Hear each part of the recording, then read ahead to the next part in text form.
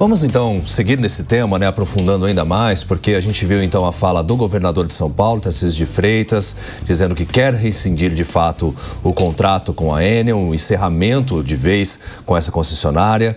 Então a gente vai conversar agora com um advogado especialista em direito contratual, o Fernando Canuto, para a gente entender de que forma que pode ser feita essa rescisão. Muito bom dia, gostaria que você explicasse então sobre essa concessão, caso avance essa proposta, que é o pedido de caducidade que eles falam, que é o cancelamento do contrato. De que forma que isso seria costurado e feito? Porque aí precisa entrar numa nova empresa, também o governo de São Paulo assume isso. De que forma que é feita essa rescisão? Olá, Vila Paula, bom dia. A Enel não é bem quista pelos paulistanos já há algum tempo, isso não é segredo para ninguém. Essa foi só talvez a cereja do bolo para que a paciência do poder público se esgotasse de vez. Lembrando aí dos apagões 23, 24 e agora em 25, onde algumas pessoas ficaram mais de uma semana sem luz. E lembrando que a Enel, ela não ganhou nenhuma licitação, ela não ganhou a concessão via uma licitação. Ela simplesmente adquiriu o controle da Eletropaulo, que era uma sociedade de economia mista do governo do estado de São Paulo, que explorava a energia elétrica aqui na Grande São Paulo. Assumindo esse controle societário, a Enel, na prática, assumiu a empresa e, com isso, ela passou a prestar esse serviço para a população. E, assim, a Eletropaulo, apesar dos pesares, prestou um serviço bastante razoável. E a Enel está sendo objeto de críticas há bastante tempo. Como eu disse, essa foi a cereja do bolo e os três poderes, federal, estadual e municipal, se uniram para realmente decretar a caducidade desse contrato e dizer que realmente ela não tem mínimas condições de prestar serviço ao poder público. E como é que funciona isso? A Enel teria sua concessão renovada agora em 2028. Ou seja, daqui a 2 anos, pouco mais de 2 anos, a Enel poderia renovar essa concessão por mais 30 anos. Imagina mais 30 anos disso. E o processo mais simples seria realmente decretar que não vai haver esta renovação e, a partir de já, tomar as medidas de transição. Lembrando que eu não estou falando sem desmerecer muito pelo contrário, da padaria da esquina, onde a gestão é muito mais simples. Estou falando de uma empresa que, como o governador disse agora há pouco no vídeo, cuida da energia elétrica de 24 milhões de pessoas, de 20% do PIB, 30% da população. Realmente é muita coisa, eu não posso mudar a chave do dia para a noite. Esses processos costumam meses, para não levar anos, a transição de um negócio como esse. Então, já vai ser decretado que a Enel não vai poder, de forma alguma, renovar o contrato e inicia esse novo processo licitatório, o novo edital para substituição dessa concessão. Então, o poder público vai ter que realmente acompanhar mais de perto isso para ter certeza que a transição vai ser clara, enquanto é escolhida a nova empresa. Lembrando, faltam 2 anos e pouco, eu preciso abrir um edital. Eu não sou um grande especialista em direito administrativo, mas todo esse procedimento leva mais de 1 ano.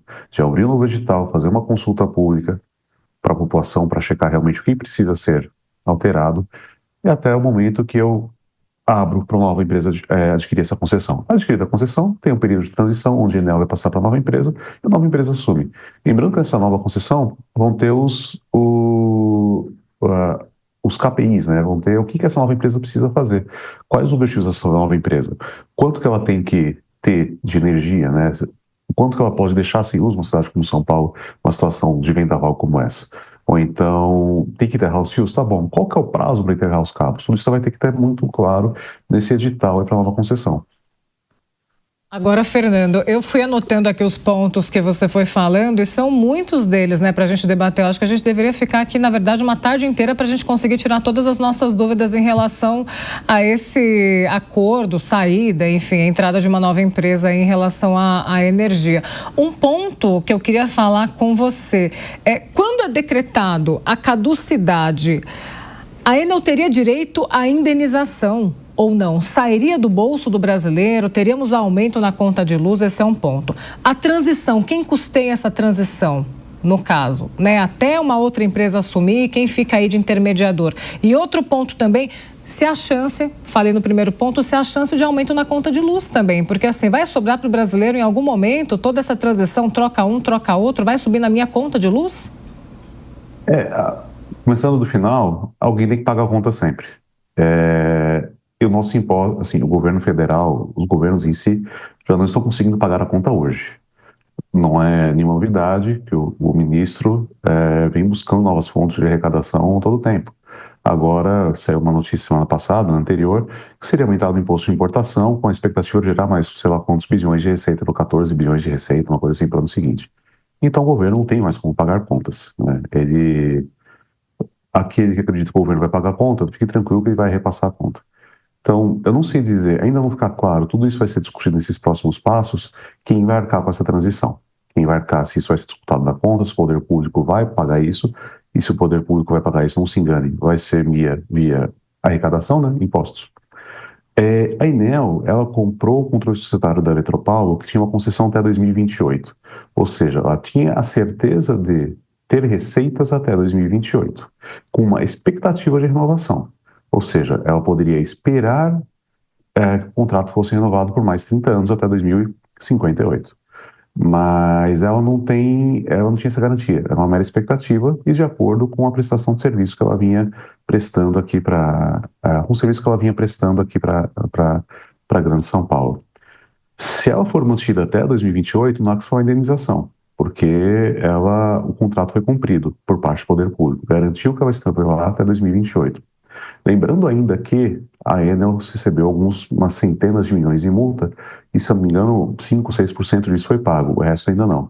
Ou seja, a Enel tem um débito absurdo com os cofres públicos, principalmente com a Agência Nacional de Energia Elétrica, a ANEEL. Ou seja, ela deve muito dinheiro para o Estado. E eventual indenização que fosse arbitrada, com certeza seria descontado o valor dessas multas. Então, eu não tenho tanta familiaridade com eventuais, né, valores que a Enel tenha que receber, mas de uma conta muito simples, né, aquela famosa conta de padeiro que a gente diz, sem desmerecer os padeiros, pelo contrário, aquela famosa conta de padeiro que a gente diz, a Enel não teria muito a receber, ela ainda teria que pagar para sair. Bom, vamos também tornar a conversa aqui de um advogado para o outro, passando para o Acácio Miranda. Fernando, bom dia, prazer tê-lo conosco. Fernando, você falou sobre a concessão, sobre a possibilidade de renovação da concessão e hoje o clima pesa um pouco em relação à Enel.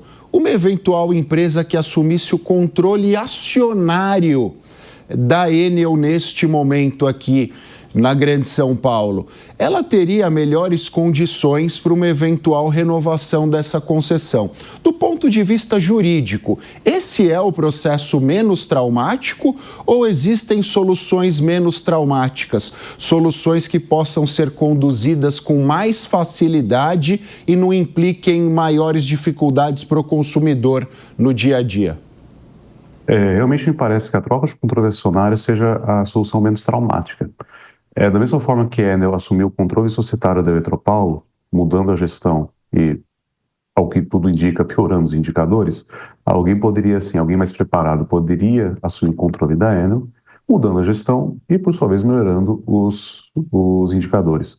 Tudo isso que eu comentei agora, desse processo de transição, procurar novo comprador, nova empresa, consulta pública, contratos, etc., a gente conseguiria passar por cima disso, ou pelo menos adiantar boa parte disso. Obviamente, o Estado precisa ser diligente para ter certeza que esse novo adquirente tem plenas condições de gerir uma empresa desse tamanho, de gerir uma área desse tamanho, mas sim, parece que é a solução mais rápida e eficiente. E Kriegner também participa dessa conversa. Kriegner, sua pergunta?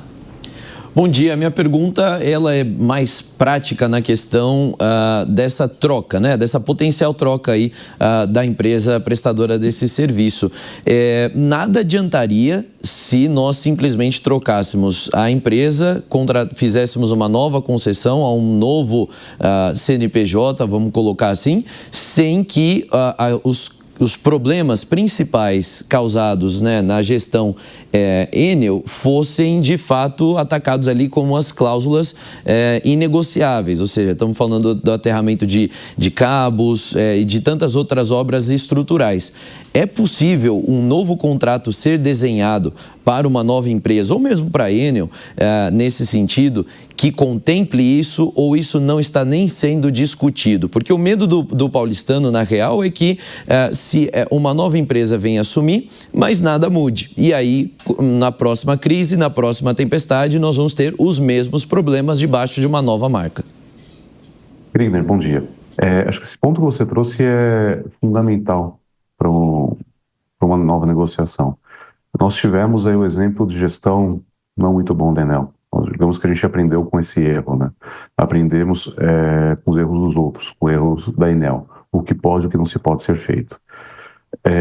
Lembrando que o contrato está vigente até 2028. A partir de 2028, por mais que seja renovada a gestão, seja renovada a concessão, é um novo contrato. E nesse novo contrato eu posso sim incluir todas essas cláusulas. Tempo de resposta à crise, número mínimo de equipe, senioridade mínima da equipe. Algo que foi muito falado, como nas primeiras chuvas lá em 2023, 2020, quando a Enel assumiu, é que os funcionários mais sêniores da época da Eletropaulo haviam sido desligados por corte de custos e contratados funcionários mais júniores. Ou seja, o funcionário experiente foi dispensado, que era mais caro, e foi colocado alguém que não sabia muito bem o que fazer. Isso acarreta em uma piora da qualidade do serviço. Isso é óbvio, né? O serviço, ele piora. Acho que tudo isso precisa ser, essa experiência ruim com a Enel criou criou um parâmetro mínimo, né? A gente sabe exatamente o que pedir. Então, a gente sabe que a Enel errou nisso. Eu já vou prever contratualmente que esses pontos que a Enel errou não podem errar mais. E a gente já prevê tempo, prazo, para que essa nova empresa ela consiga colocar em prática tudo aquilo que a Enel não colocou. Tá certo, nós conversamos então com o advogado especialista em direito contratual, Fernando Canuto, esclarecendo essas questões relativas à concessionária de energia Enel, e a gente seguirá acompanhando os próximos passos. Muito obrigado pela participação aqui no Jornal da Manhã. Eu agradeço, muito obrigado, um ótimo dia para todos.